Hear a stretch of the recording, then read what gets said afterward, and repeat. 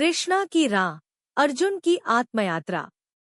एक छोटे से गांव में एक युवक था अर्जुन।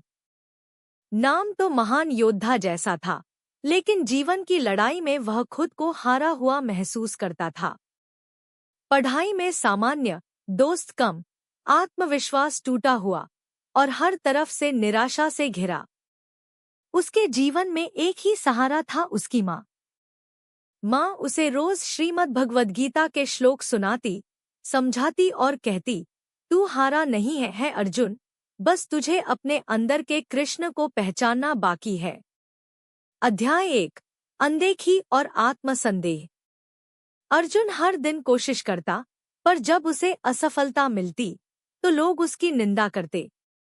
उसके अपने रिश्तेदार भी ताने मारते, इससे कुछ नहीं होगा, इसे कोई बेहतर काम ढूंढना चाहिए। यह बात अर्जुन को भीतर तक चुभती। वह अकेले में बैठा सोचता, क्या मैं वाकई इतना बेकार हूँ? उसकी माँ धीरे से पास बैठती, उसके कंधे पर हाथ रखती और कहती, लोग नजरअंदाज तब करते हैं जब उन्हें कोई बेहतर मिल जाता है, पर तू खुद को नजरअंदाज मत कर।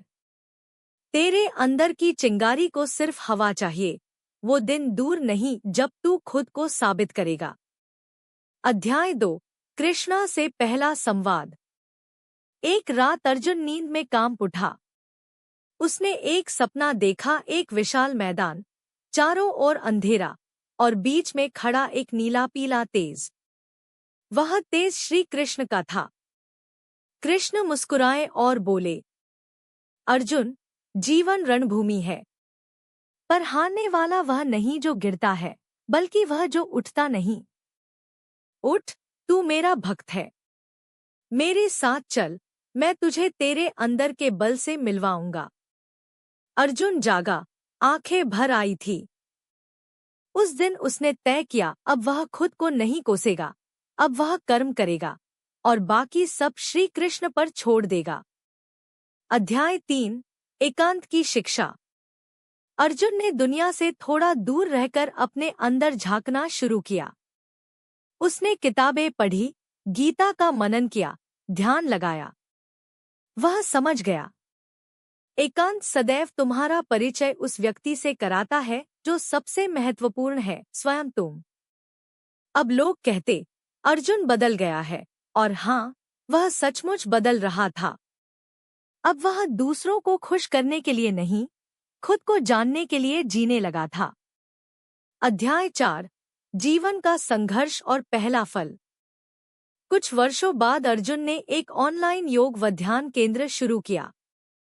उसने अपने अनुभवों को कहानियों के माध्यम से लोगों तक पहुंचाना शुरू किया, कृष्णा की राह नाम से।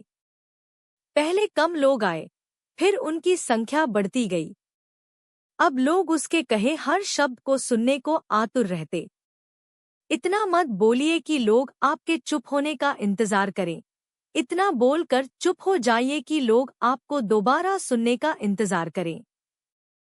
अब वही लोग जो उसे असफल मानते थे, उसे गुरु कहते थे। अध्याय 5, माँ का उत्तर।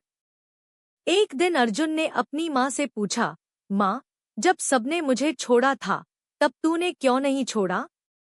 माँ मुस्कुराई, क्योंकि तू हीरा था बेटा। तूने पत्थर जमा किए, मगर मैं जानती थी एक दिन तू चमकेगा।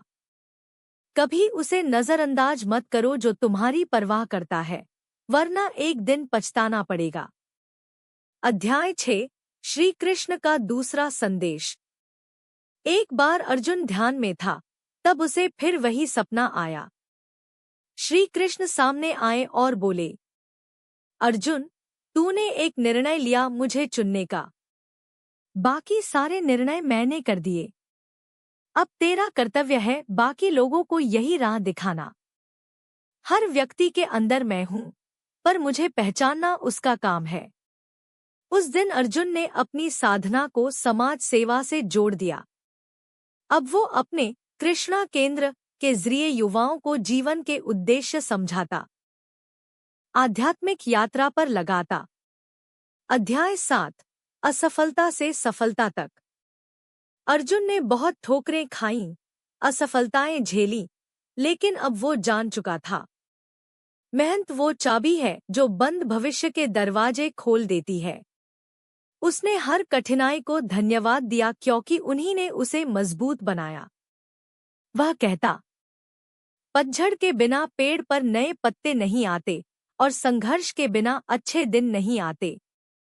अध्याय 8, अंतिम संवाद और आत्मज्ञान। एक दिन अर्जुन एक मंच पर था, हजारों लोगों के सामने श्रीमद् भगवद गीता का उपदेश दे रहा था। उसने कहा, आप दुख पर ध्यान देंगे तो दुखी रहेंगे, सुख पर ध्यान देंगे तो सुखी। जीवन में कृष्ण को चुनिए, निर्णय वही लेंगे।